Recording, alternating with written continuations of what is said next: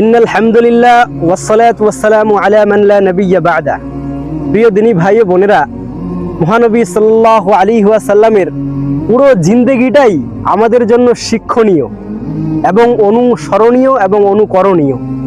আমরা যদি আমাদের নবী সাল্লাল্লাহু আলাইহি ওয়াসাল্লামের জীবনের দিকে তাকাই, তাহলে আমরা যদি আমল করতে পারি তবেই আমরা পূর্ণাঙ্গ রূপে মুমিন হতে পারবো, কামিলে ঈমান আমাদের মধ্যে চলে আসবে। এরকম ভাবে আল্লাহর রসুলের একটা ঘটনার দিকে তাকাই যে আল্লাহর রসুলের আখলাক কতই না সুন্দর ছিল। কাফেরদের সাথে আল্লাহর নবী সাল্লাল্লাহু আলাইহি ওয়াসাল্লামের আখলাক কত মধুর ছিল। একদা এক সময় নবী আকরাম সাল্লাল্লাহু আলাইহি ওয়াসাল্লাম মসজিদে নববীর মধ্যে শায়িত হয়ে আছেন। তো ইতিমধ্যেই একজন কাফের সে মসজিদে নববীর মধ্যে এসে পেশাব করে দিলেন। এরকম দেখে হযরত ওমর ইবনে খাত্তাব রাদিয়াল্লাহু আনহু পুরো রেগে গিয়ে, প্রচন্ড রেগে গিয়ে সেই ব্যক্তিকে মারতে উদ্যত হলেন। তখন রাসূলুল্লাহ সাল্লাল্লাহু আলাইহি ওয়াসাল্লাম সাহাবাদেরকে থামালেন যে আমার সাহাবারা তোমরা থামো।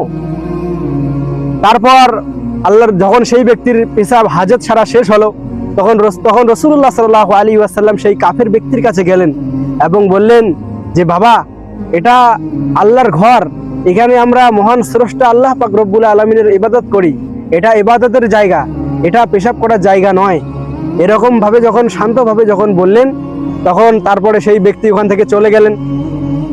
তারপরে আল্লাহর নবী সাল্লাল্লাহু আলাইহি ওয়াসাল্লাম সাহাবাই কিরাম রাদিয়াল্লাহু আনহুম আজমাইনদেরকে বললেন যে যাও, তোমরা এক বালতি পানি ঢেলে দিয়ে সেই নোংরা জায়গাটাকে তোমরা পরিষ্কার করে দাও।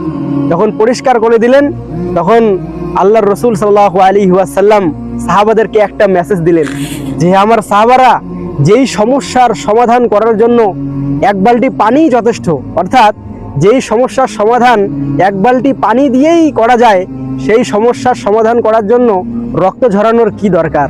তো আল্লাহর রসুল সাল্লাল্লাহু আলাইহি ওয়াসাল্লামের এই মধুর বাণী শুনে সেই কাফিরের মনে দিনের আলো চলে আসলো। তখন সেই কাফির আল্লাহর রসুলের এই বাণী শুনে হেদায়েত পেয়ে গেলেন এবং আল্লাহর রসুলের হাত ধরে মুসলমান হয়ে গেলেন।